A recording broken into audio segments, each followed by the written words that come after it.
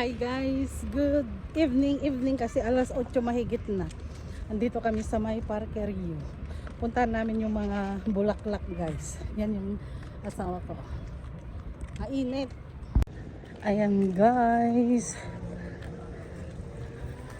Dito yung mga puntahan natin. Pasyal namin kayo dito sa Parque Rio. Mas marami pag medyo maano pa. Medyo hindi mainit, mas maraming maglalakad dito pag madilim na. Andito na kami guys, kaso walang masyadong bulaklak. Doon banda, tingnan natin. Doon banda, nainitan na. Alas 8 mahigit na pero may init pa rin dito guys. Mga rosas, ayan sila.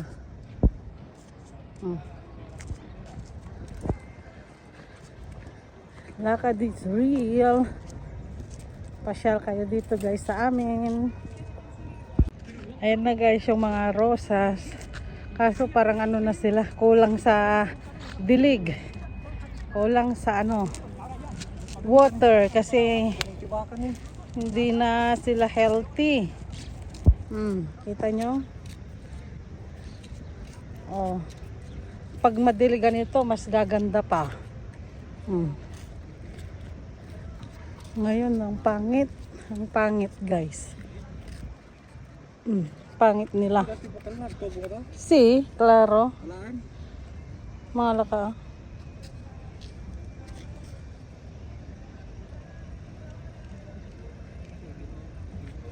Kuha siya ng Anday parit.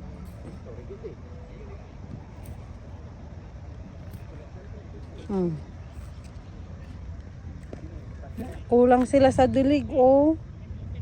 'Di ba? Sayang naman. Ang ganda sana.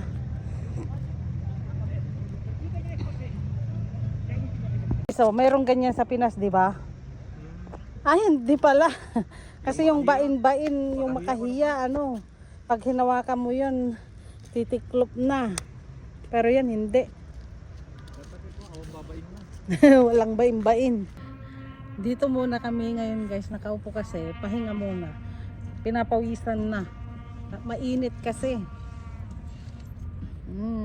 Yan. Mamaya maraming tao dito, magde-date. Mga magde-date. Tingnan nyo guys, andito kami sa